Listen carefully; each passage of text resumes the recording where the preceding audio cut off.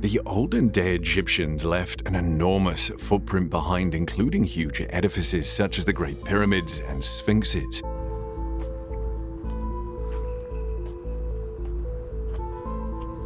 However, for a long time, so much about these old structures has been a mystery that researchers formed the wrong theories about them.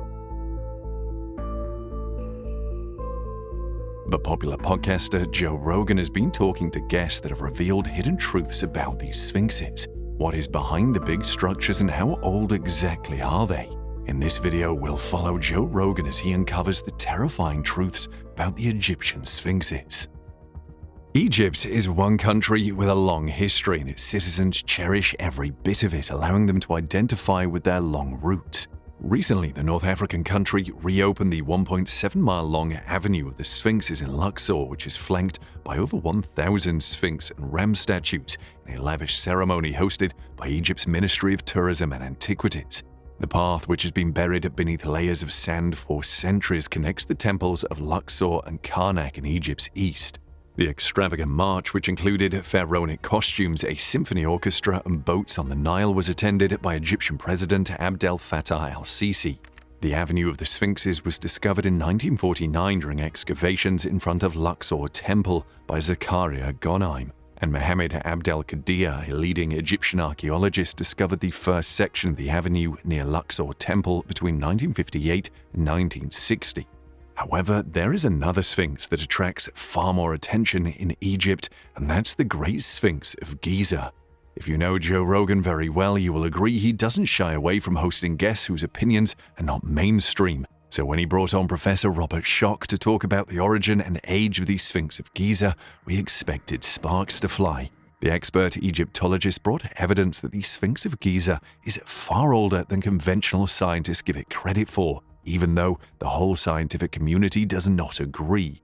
But what is the scientific consensus on this old structure in Giza? A sphinx is a creature with a lion's body and a human's head, with some variations. It is a well-known figure in Egyptian, Asian, and Greek mythology.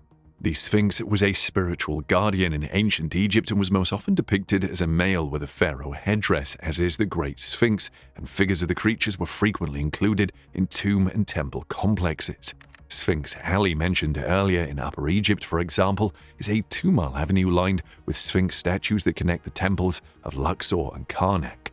There are also sphinxes depicting the female pharaoh Hatshepsut, such as the granite Sphinx statue at the Metropolitan Museum of Art in New York and the large alabaster Sphinx at the Ramesses Temple in Memphis, Egypt. Around the 15th to 16th centuries BC, the Sphinx was imported from Egypt to both Asia and Greece. In comparison to the Egyptian model, the Asian Sphinx had eagle wings, was frequently female, and was often depicted sitting on its haunches with one paw raised. And the Sphinx had wings and a serpent's tail in Greek legends, and it devoured all travelers who couldn't solve its riddle. Yikes. Interestingly, whatever Egyptians called the Great Sphinx during its heyday remains a mystery, because the term Sphinx comes from Greek mythology some 2,000 years after the statue was allegedly built. It is also unclear how Egyptians regarded the Great Sphinx during the Old Kingdom about 2613 to 2181 BC, as few texts discuss the statue. But whatever the case, by the end of the Old Kingdom, the statue had faded into the desert background and had gone unnoticed for centuries. Inscriptions between the Great Sphinx's paws on a pink granite slab tell the story of how the statue was saved from the sands of time. According to legend, Prince Thutmose, son of Amenhotep II, fell asleep near the Sphinx. In Thutmose's dream, the statue, calling itself Harmakhhet, bemoaned its state of disarray and struck a deal with the young prince. If he cleared away the sand from the statue and restored it, it would help him become pharaoh. When the prince did become pharaoh Thutmose IV, he fulfilled his side of the bargain by instituting a Sphinx-worshipping cult among his subjects. The figure was immortalized in statues, paintings, and reliefs across the country, and the Sphinx became a symbol of royalty and the power of the sun. Thutmose's effort, however, was not enough to save the Sphinx, as it was eventually forgotten again. Its body eroded and its face was harmed by the passage of time. It even lost its nose. Though some stories say Napoleon's troops shot off the statue's nose with a cannon when they arrived in Egypt in 1798, 18th century drawings indicate the nose vanished much earlier. More likely, a Sufi Muslim in the 15th century purposefully destroyed the nose to protest idolatry. The Sphinx was actually buried in sand up to its shoulders until the early 1800s, when a Genoese adventurer named Captain Giovanni Battista Caviglia led a team of 160 men to try and ultimately fail to dig it out. However, French archaeologist Auguste Mariette was able to clear some of the sand from around the sculpture, and in the 19th and 20th centuries, another French archaeologist, Émile Barreza, made another large excavation push. It wasn't until the late 1930s, however, that Egyptian archaeologist Selim Hassan was able to free the creature from its sandy tomb. Today, the Sphinx is unfortunately deteriorating due to wind, humidity, and pollution. Restoration efforts have been ongoing since the mid-1900s, with some of them failing and causing additional damage to the Sphinx. Now, there is no doubt that the Giza Sphinx is old. Even Schoch agrees with this. What is up for debate is just how old the statue is. The most popular and widely accepted theory about the Great Sphinx is that it was built for Pharaoh Khafra in about 2603 to 2578 BC.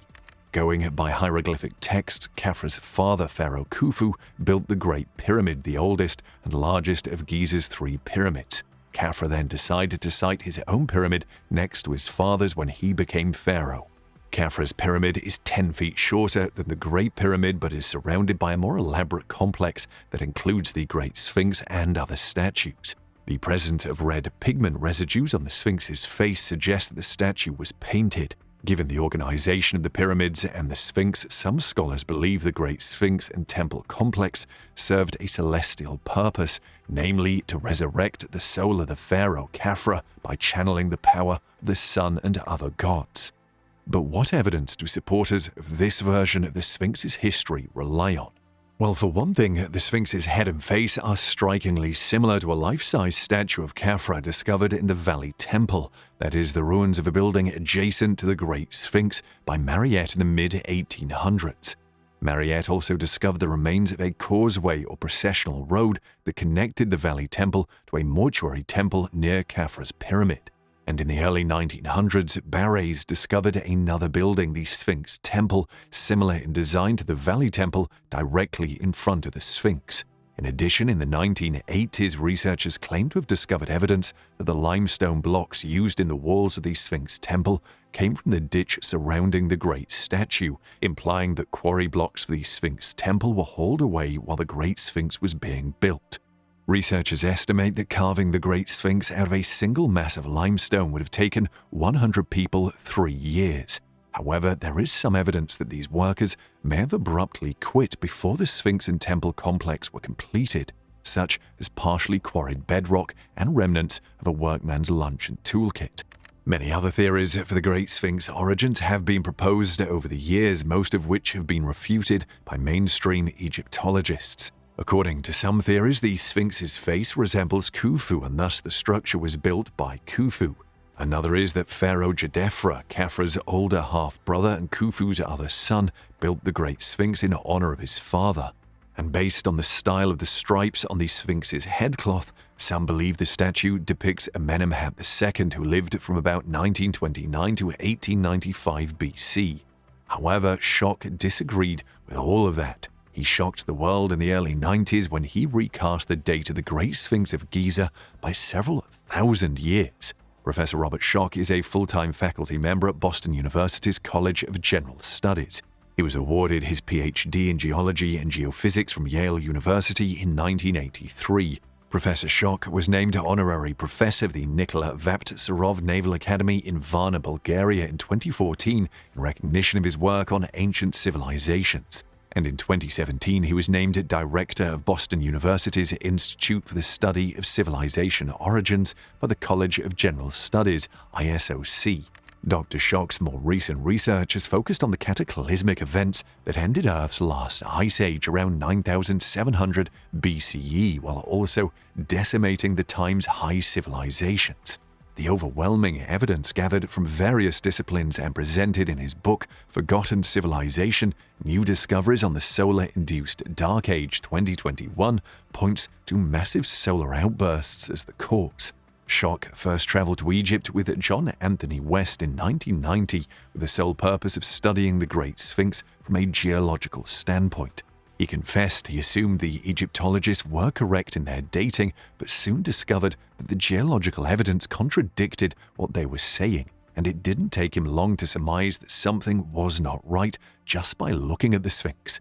Bear in mind that Schoch was determined to prove West's theory on the date of the Giza Sphinx wrong. When I went to Egypt for the first time, was that some of the very old Egyptologists in the late 19th, early 20th century had actually suggested that just the way it looks, the feel of the Sphinx, not based on hard evidence really, that maybe it was older than the pyramids, that maybe it goes back earlier. So I felt that it wasn't all said and done and, pat and sound, that the Egyptologists necessarily knew what they were talking about in modern times, because some of the earlier Egyptologists, who they held in very high respect supposedly, had said different things. The discovery was made half a century ago by a little-known French scholar named R.A. Schwaller de Lubitsch. Schwaller conducted a survey of the Egyptian temple of Luxor between 1937 and 1952.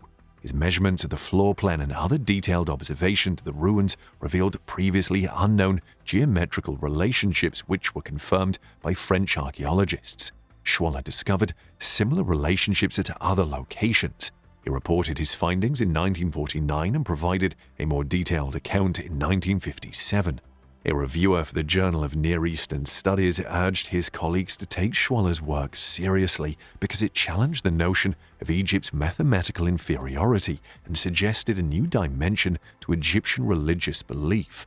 However, Schwaller sparked controversy by assigning speculative meanings to Egyptian architecture and inscriptions, and other scholars dismissed his findings. Schwaller discovered a strange physical anomaly in the Giza Pyramid complex. He noticed that the erosion on the Sphinx was quite different from the erosion on other structures. Schwaller proposed that water rather than wind-borne sand was the cause of the erosion on the Sphinx. But nobody understood the implications of this observation at the time, and it went largely unnoticed till the 1970s when independent Egyptologist John Anthony West raised the issue. West compared the erosion on the Sphinx, its temples, and the enclosure walls to the erosion on other Giza plateau structures. The rock on the Sphinx and its surrounding walls was badly worn, giving it a sagging appearance. The edges were rounded and deep fissures were visible. Surfaces on other structures on the plateau showed only the sharper abrasion of wind and sand. Now, Egypt experienced millennia of heavy rainfall, which marked the post-glacial northward shift of the temperate zone. This period lasted roughly 10,000 to 5,000 BCE, and by the end of it, the Sahara had changed from green savanna to desert. Then, from around 4,000 to 3,000 BCE, there was a shorter but more intense period of rainfall which tapered off by the middle of the 3rd millennium. West hypothesized that the distinctive weathering on the Sphinx complex was caused by flooding from the post-glacial transition, implying that the Sphinx was carved during or before the transition. Orthodox archaeologists flatly refused to consider West's theory. However, West was able to persuade Schoch to investigate the question in 1990, and the two ended up in Giza in June of that year. Schoch discovered heavy erosional features on the body of the Sphinx and the walls of the Sphinx enclosure, the pit or hollow left after the Sphinx's body was carved from the bedrock. This made him conclude it could have only been caused by rainfall and water runoff. Schoch noted that the Sphinx is located on the outskirts of the Sahara Desert, and the region has been quite arid for the last 5,000 years. Furthermore, several structures securely dated to the Old Kingdom show only wind and sand erosion, a completely different matter from the erosion by water. Schoch concluded that the oldest portions of the Great Sphinx, known as the core body, must date back to an earlier period, at least 5,000 BCE. But also potentially to the end of the last ice age around 10,000 BCE, when the climate was very different and included more rain. People get confused. They say, couldn't it be rising Nile floods? No. Geologically, that would give a very different signature on the rock. It's not floods coming up from the bottom. It's actually precipitation and rainfall runoff coming from above. Many people objected to the Great Sphinx being that old, owing to the fact that the head is clearly a dynastic Egyptian head, and the dynastic period did not begin until around 3000 BCE. But if you examine the current Great Sphinx, you may notice that the head is too small for the body. Schock claims it is obvious that the current head is not the original head. The original head would have deteriorated due to weathering and erosion. It was later recarved during dynastic times, and the recarving naturally reduced its size. As a result, the Great Sphinx's head is not the original head. In fact, the Sphinx might not have been a Sphinx at all. It's possible it was a lion, but the most recent evidence suggests it was a lioness. To further test the theory of an older Sphinx, Schock conducted seismic studies around the base of the statue to measure the depth of subsurface weathering. His team essentially used a sledgehammer on a steel plate to create sound waves that penetrated the rock, reflected, and returned to the surface. This provided them with information about the subsurface characteristics of the limestone bedrock. Upon analyzing the data, Schock discovered that the extraordinary depth of the subsurface weathering supported his conclusion that the Sphinx's core body must have been built around 5000 BCE or earlier. And the team discovered something else during the seismic studies. They uncovered evidence of a cavity or chamber beneath the Sphinx's left paw. Some have suggested that this could be a hall of records. They also discovered some minor cavities beneath and around the Sphinx, and the data suggests that there may be a tunnel-like feature running the length of the body. When he first proposed that the Great Sphinx was much older than previously thought, Egyptologists challenged Schock by asking for evidence of the earlier civilization that could have built the Sphinx. They were certain that sophisticated culture or civilizations did not exist prior to 3000 or 4000 BCE. However, there is now evidence of high culture dating back approximately 12,000 years at Göbekli Tepe in Turkey. But why these early glimmers of civilization and high culture vanished only to reappear thousands of years later has remained a major mystery, though. Some scientists have tried to explain away the unique weathering of the Sphinx using a number of theories. One such researcher is Robert Temple, who believes a moat is responsible for the water weathering of the statue. However, Schock identifies 6 pieces of evidence. The first is that the core blocks of the Sphinx temple, built from blocks removed from the Sphinx enclosure when the Sphinx body was first carved, and the Valley Temple to the south, have heavy precipitation-induced weathering. During the Old Kingdom, these limestone temples were refurbished with Aswan granite facings.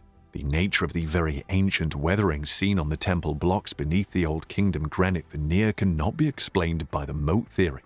Second, surface erosion is much more severe on the western end of the Sphinx enclosure, tapering off dramatically toward the eastern end. This is due to ancient rains in the area's paleohydrology. This erosion is incompatible with the enclosure's pooled water.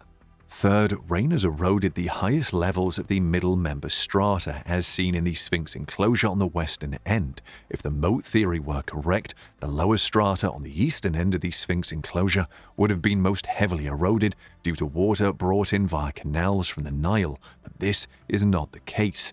Fourth, based on his analyses, seismic data demonstrating the depth of weathering beneath the floor of the Sphinx enclosure indicates a minimum age of at least 7,000 years ago for the core body of the Sphinx, and more realistically on the order of 12,000 years ago.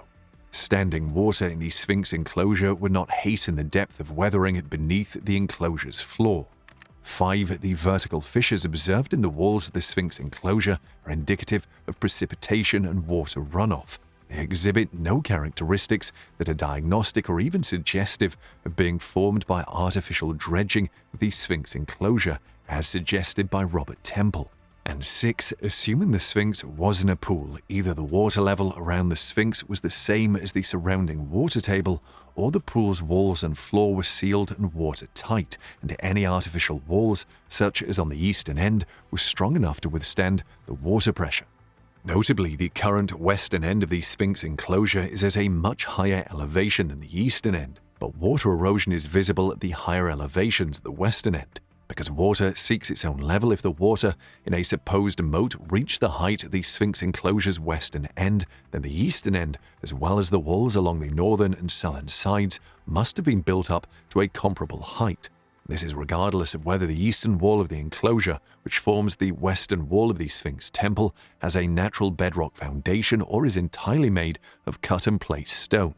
The ancient water table was much lower than the level of the Sphinx enclosure's floor, or else the Sphinx temple would have been flooded. The Sphinx enclosure could not have held a deep pool of standing water if it was simply carved from the bedrock, as all evidence suggests. The bedrock in the enclosure has a karst morphology and would leak like a sieve. The enclosure would need to be completely sealed, perhaps with mortar or cement, but there is no evidence of such sealing. If the enclosure had been sealed in this manner, it would be incompatible with the temple's dredging theory for the vertical fissures. Furthermore, if the Sphinx had been sitting in a pool of water, chambers and tunnels beneath it would have been flooded from above, unless the Sphinx enclosure had been watertight. West and Schock presented their evidence to a Geological Society of America meeting in San Diego in October 1991. Rather than pointing out some obvious flaw in their findings, a number of geologists offered their support. Other geologists, however, raised two concerns in newspaper interviews and private correspondence. One person wondered if the seismic refraction data matched a natural fluctuation in the rock layer itself. The seismic profile, in fact, did not follow the natural dip of the rock. And another geologist proposed that the Sphinx as a whole, rather than just the head, was a natural outcrop of rock. A yardang, as such an outcrop is known in geology, could have eroded for millennia before being carved. One of the criticisms of Schock's theory is that one need not go back to the last ice age to account for water damage at Giza. Several instances of violent rains and severe flooding have been documented in the Nile region throughout history. W.F. Hume, then director of the Geological Survey of Egypt, described the damage and erosion caused by these storms in his 1925 book Geology of Egypt. He wrote, "It must not be forgotten that desert rains produce sheep floods. The vast amount of water falling cannot be dealt with in many cases by the channels already existing, and as a result it makes new passages for itself along lines of least resistance. The deep grooves are cut through the more friable strata." Furthermore, Zahi Hawass, the director of antiquities at Giza, observes that the same erosion patterns cited by Schock persist on a daily basis. Large flakes are constantly shed on some parts of the Sphinx's surface, much to the chagrin of archaeologists and conservators who have yet to agree on the cause or cure. However, they do agree on one point: the erosion is clearly not caused by rain caused by the melting of Ice Age glaciers, as claimed by Schock. Wind, weathering by water-saturated sand, and crystallization of salts naturally present in the limestone after they are dissolved by morning dew are all possible mechanisms. There are, however, researchers that back Schock's theory. In fact, one of them, Graham Hancock, would like to push the date back further. He claims that the Sphinx is a Leo symbol and that it was designed to face the rising sun when it was in the constellation of Leo at the vernal equinox because it's facing precisely due east. Hancock says that the sun rose in Leo between 10,970 and 8,830 BCE at the vernal equinox. Hancock also believes that the three main pyramids of Giza were constructed to represent the stars of Orion's belt. During this time, the belt of Orion also reached its lowest point in the sky. He dates the layout of the entire complex to around 10,450 BCE by combining these two pieces of astronomical data. This is more than 8,000 years older than conventional dating. Hancock also argues with the Valley Temple, which is located immediately south of the Sphinx. He suggests the temple, with its square section columns, lack of inscriptions or reliefs, and the construction techniques cannot be contemporary with the 4th dynasty mastaba tombs scattered across the plateau. These tombs had more architectural detail and were lavishly decorated. The Valley Temple, as such, must be immeasurably older and thus contemporary with his redated Sphinx. Hancock also compares a structure to the rear of the New Kingdom Temple at Abydos to Khafra's Valley Temple at Giza due to architectural similarities. The Osiran Shrine of Osiris, like the Valley Temple, has square section pillars devoid of reliefs and hieroglyphic inscriptions.